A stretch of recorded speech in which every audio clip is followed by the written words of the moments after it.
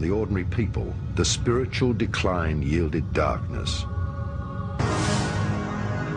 Power struggles and dissension arose among the leaders of the Brotherhood, who, afraid of losing their power, used science to develop weapons, because verbal agreement was no longer possible. At first, weapons were developed for defense and later used for aggression. Governments began to spy on each other, and the first secret service agencies were founded to forestall opponents. This tradition is alive today. The secret services not only serve government leaders, but also the powers of corruption. Thus Atlantis, after many declining cycles, finally reached its downfall. At the peak of one of these quarrels for absolute power, the ultimate weapon, a gravitation bomb, was produced in order to destroy the cities of the now fighting elite priests. The Indian national epic, the Mahabharata, is widely known. It tells of wars. For example, in the 5th book of the Mahabharata, it tells of a god who was called Gurkha. And this Gurkha has thrown a single lightning bolt onto the threesome city. Then it was described in detail how the elephants stumbled around in circles, their skin hanging off them. They roared, people screamed, birds fell out of the sky, warriors tore off their armor and jumped into the water. It is clearly said that everything was surrounded by a deadly breeze, and even the unborn children in the womb died. And this is a case out of Indian mythology where definitely a bomb had been dropped, because all the symptoms have been described so precisely. Up to the Great Blow, several large cities ruled. One of them was Urd on the plain of the Taklamakan Desert between Tibet and China. Poseidon, the metropolis, now lie on the bottom of the ocean. The golden cities on the banks of Lake Titicaca, the Empire of Tula in the far north, as well as many other mysterious and lost cities, which we now know from our legends date from this time. Within 30,000 years, these cities waged destruction on each other until the final atomic war. At that time, the original sound, Urton, was created, and the gravitational web of the magnetic pole of the Earth was suddenly dislocated. A pole shift followed, the continental plates were torn apart, and floods washed most cities of this high civilization away.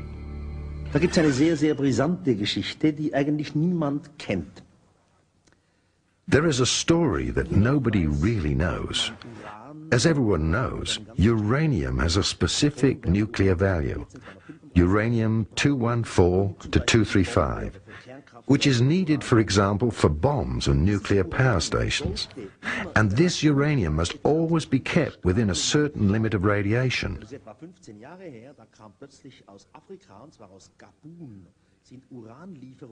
Now, it is 15 years ago that suddenly from Africa, a place in Khatun, uranium shipments arrived, which had much higher radiation and a totally different radiation level than what it should have had.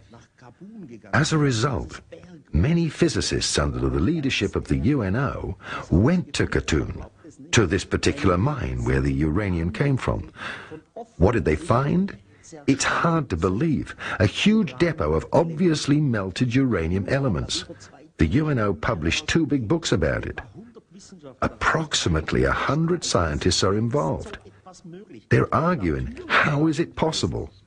In a natural way, the melting of the nucleus is impossible, but still it happened. Officially now it is kept secret. For me, this is rather a clue that a long time ago, perhaps 50 to 100,000 years ago, someone did work with uranium, used it, melted it, and created a depot. Das wiederum kann nur eine höhere Kultur sein. Unsere steinzeitlichen Vorfahren kommen dafür nicht in Frage. One part of the secret knowledge of Atlantis was brought to Egypt. another part to Tibet and India. The first pharaohs were the direct descendants of the Atlanteans. Their secret initiation texts were passed on to the Egyptian royal dynasties. Not surprisingly, Atlantis' high technology led to the building of the pyramids and the Ark of the Covenant. Part of the Brotherhood of Atlantis and its traditions survived in Egypt. The Hermetic mystical knowledge directly emerged from this tradition. Ancient secret drawings and archives from Atlantis were used. Akhenaten, Hermes, Trismegistus, Abraham, Pythagoras, all retained their secret. The Brotherhood of the Snake. Wzorem do tworzenia perfekcyjnego człowieka i perfekcyjnie funkcjonującej planety. The symbols of the original pattern to create the ideal human and the perfectly functioning planet is represented by the sign of the Egyptian life key, the Ankhs. All forms of existence, as well as planets in space, arise with this pattern. The components of the pattern are represented by the colour chart. And what is the connection between the colour chart and the Ankh cross? One can imagine that the right arm of the key creates the material, which means the physical body of the human. This substance and its complete condition is built of 7 colours on the colour chart. The program, which is a soul, in its turn, is created from 5 different colours, so that the physical can be complete. This is the soul body, in which there are 5 ultra-minds, the antimaterial chakras. These symbolize the left arm of the key. Lewe ramię.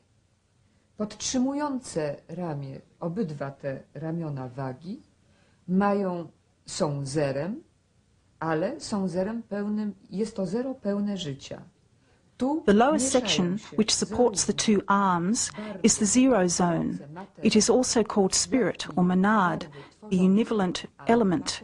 Here the colours that create the matter, as well as the antimatter, are united.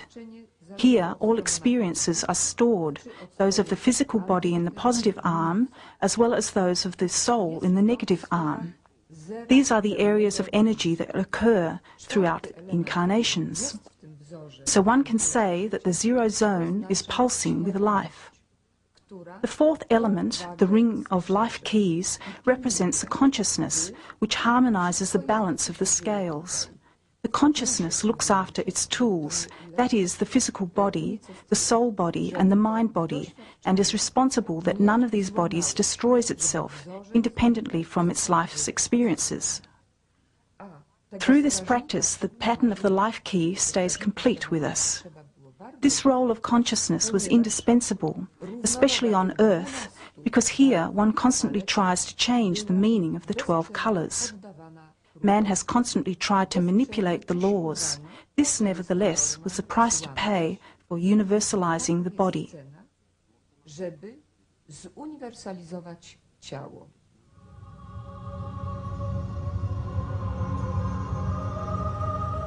When the Earth descended into the 3rd dimension and the planetary logos, the soul of the Earth, entered a new cycle of experience, humans reached the zenith of their polarity consciousness. To this day, the cycle of opposites and the feeling of separation has prevailed.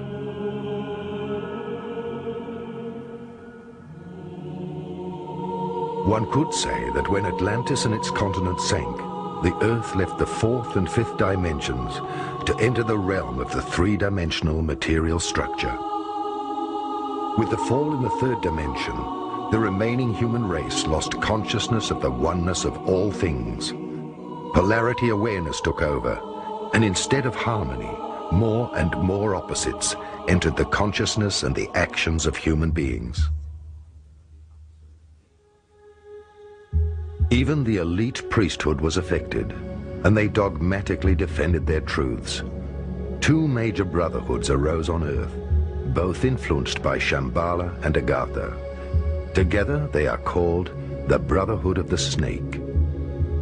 Shambhala was the seat of the evocation of the Masters of Wisdom.